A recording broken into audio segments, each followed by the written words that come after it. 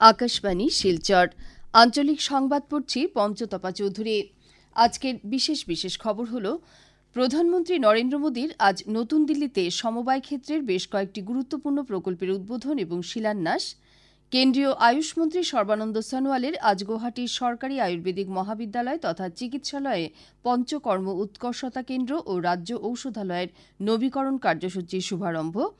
রাজ্যপাল গোলাপচাঁদ কাটারিয়ার বরাক উপত্যকা সফরের দ্বিতীয় দিনে আজ করিমগঞ্জ জেলায় সোনবিল উৎসব সহ বিভিন্ন কার্যসূচিতে অংশগ্রহণ এবং প্রধানমন্ত্রী নরেন্দ্র মোদীর আগামীকাল বেলা 11টায় আকাশবাণীর মন কি বাত অনুষ্ঠান।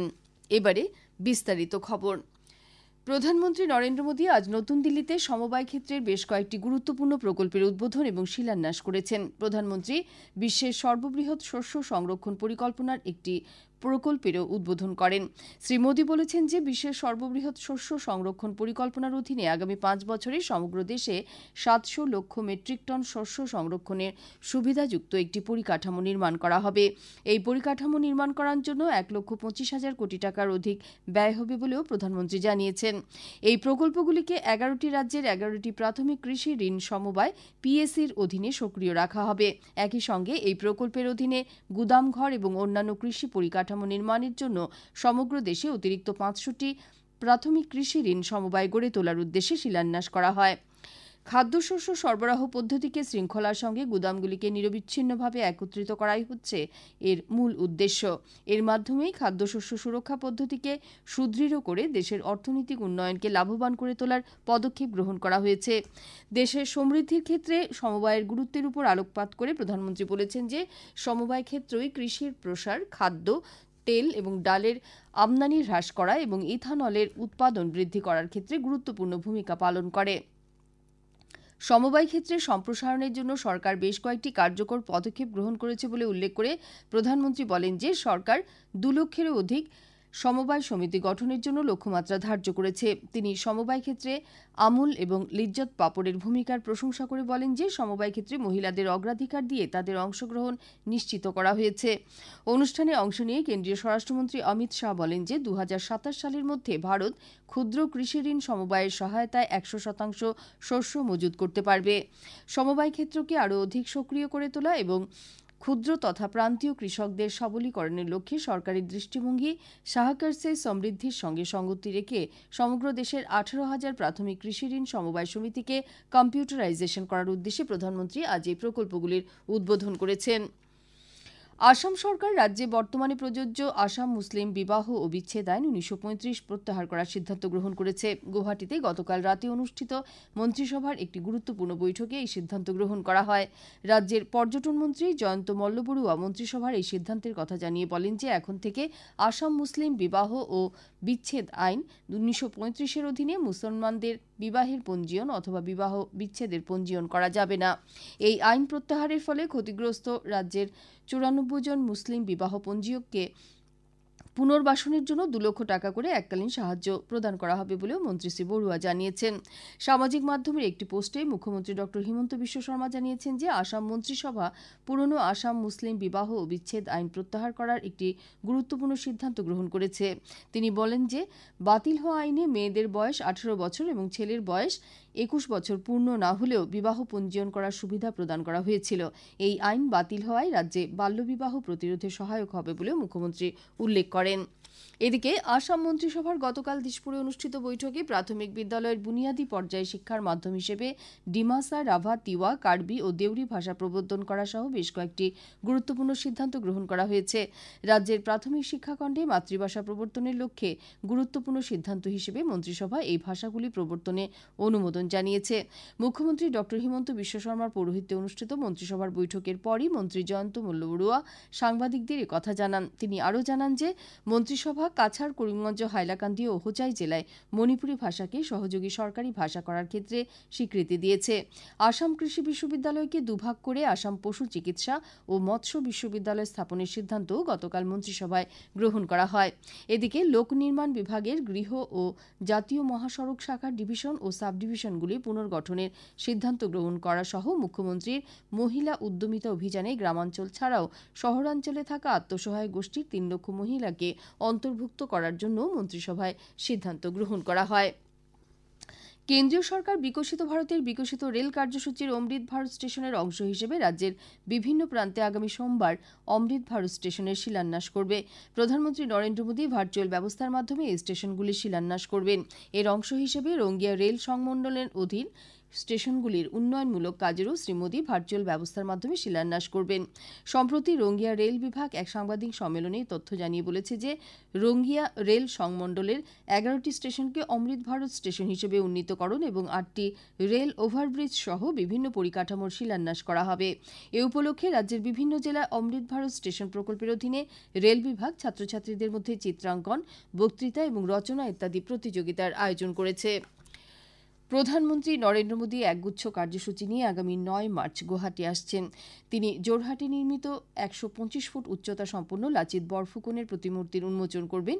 একই সঙ্গে প্রধানমন্ত্রী মেলেং মেতেলি মাঠে একটি বিশাল জনসভায় অংশগ্রহণ করবেন। শ্রী মোদী লাখপতি দিদিদের সঙ্গেও মত বিনিময় করবেন। প্রধানমন্ত্রীকে স্বাগত জানাতে প্রস্তুতির কাজ দ্রুত গতিতে চলছে। কেন্দ্রীয় আয়ুষ মন্ত্রী সর্বানন্দ সোনোয়াল আজ গুয়াহাটির সরকারি আয়ুর্বেদিক মহাবিদ্যালয় তথা চিকিৎসালয়ে পঞ্চকর্ম উৎকর্ষতা কেন্দ্র এবং রাজ্য পর্যায়ের ঔষধালয়ের নবীকরণ কার্যসূচির শুভারম্ভ করেছেন। রাজ্যের স্বাস্থ্যমন্ত্রী কেশব মহন্তের উপস্থিতিতে শ্রী সোনোয়াল মহাবিদ্যালয়টির তথ্য প্রযুক্তি গবেষণাগারেরও উদ্বোধন করেন। এই কেন্দ্রে স্নায়ুরোগ, পক্ষাঘাত, গেঁটেবাত, কোমরে ব্যথা ইত্যাদি বিভিন্ন রোগের চিকিৎসা সেবা সহজলভ্য হবে। শ্রী সোনোয়াল বলেন যে প্রধানমন্ত্রীর নেতৃত্বে দেশের পরম্পরাগত ঔষধ তথা চিকিৎসা পদ্ধতির সম্প্রসারণের জন্য বিশেষ পদক্ষেপ গ্রহণ করা হয়েছে। তিনি বলেন এই পদক্ষেপের ফলে আসাম তথা উত্তর পূর্বাঞ্চলের আয়ুষ ক্ষেত্রের সম্ভাবনা যথেষ্ট ত্বরান্বিত হয়েছে। সমগ্র অঞ্চলটিতে আয়ুর্বেদিক শিক্ষা তথা চিকিৎসা পদ্ধতির প্রসারের ক্ষেত্রে গুয়াহাটির সরকারি আয়ুর্বেদিক মহাবিদ্যালয় গুরুত্বপূর্ণ ভূমিকা গ্রহণ করবে বলে তিনি আশা প্রকাশ করেন। কেন্দ্রীয় মন্ত্রী বলেন যে 2014 সালের পূর্বে ভারতের আয়ুষ সামগ্রীর বাজার মূল্য ছিল 24,000 কোটি টাকা, কিন্তু বর্তমানে এই সামগ্রী বিশ্বব্যাপী 4,50,000 কোটি টাকার বাজার লাভ করতে সক্ষম হয়েছে। রাজ্যপাল গোলাপচাঁদ কাটারিয়া আজ বরাক উপত্যকা সফরের দ্বিতীয় দিনে করিমগঞ্জ জেলায় বিভিন্ন কার্যসূচিতে অংশগ্রহণ করেন।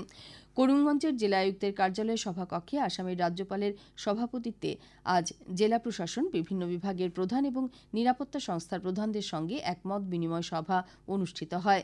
সভায় রাজ্যপাল শ্রী কাটারিয়া বিভিন্ন কল্যাণমূলক প্রকল্পের অগ্রগতির মূল্যায়ন করেন। এরপর তিনি সাংবাদিকদের সঙ্গে মত বিনিময় করেন।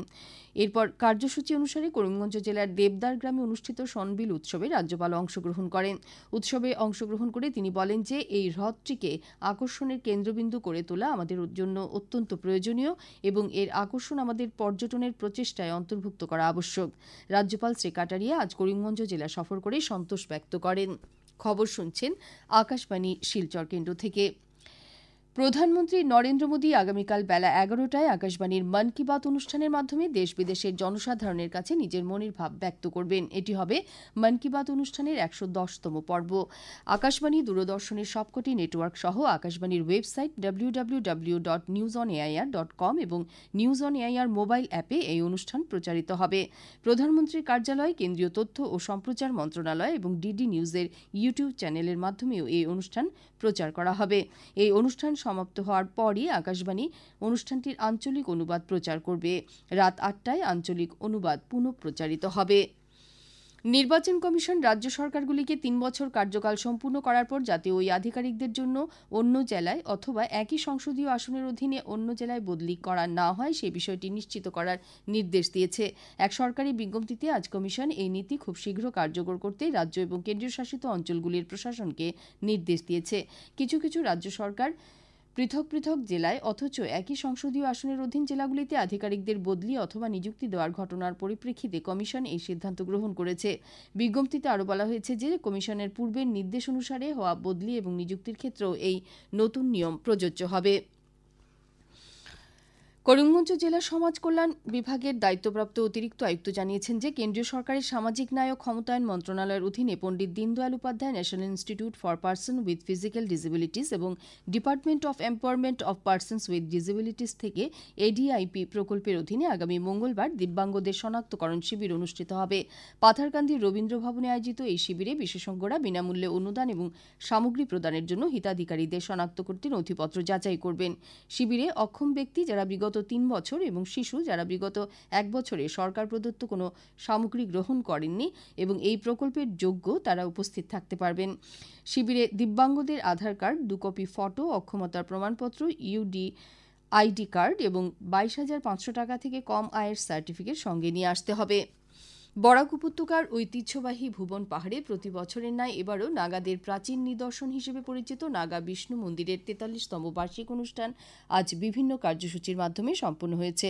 মাঘী পূর্ণিমা তিথিতে আয়োজিত দুদিনব্যাপী এই বার্ষিক অনুষ্ঠানে প্রতিকূল আবহাওয়াকে উপেক্ষা করে স্থানীয় জনসাধারণ সহ আসাম, মণিপুর ও নাগাল্যান্ড থেকে আগত ধর্মপ্রাণ ভক্তদের স্বতঃস্ফূর্ত অংশগ্রহণ পরিলক্ষিত হয়েছে।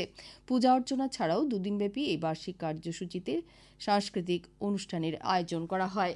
শেষ করার আগে বিশেষ খবর আবার পড়ছি। প্রধানমন্ত্রী নরেন্দ্র মোদীর আজ নতুন দিল্লিতে সমবায় ক্ষেত্রের বেশ কয়েকটি গুরুত্বপূর্ণ প্রকল্পের উদ্বোধন এবং শিলান্যাস।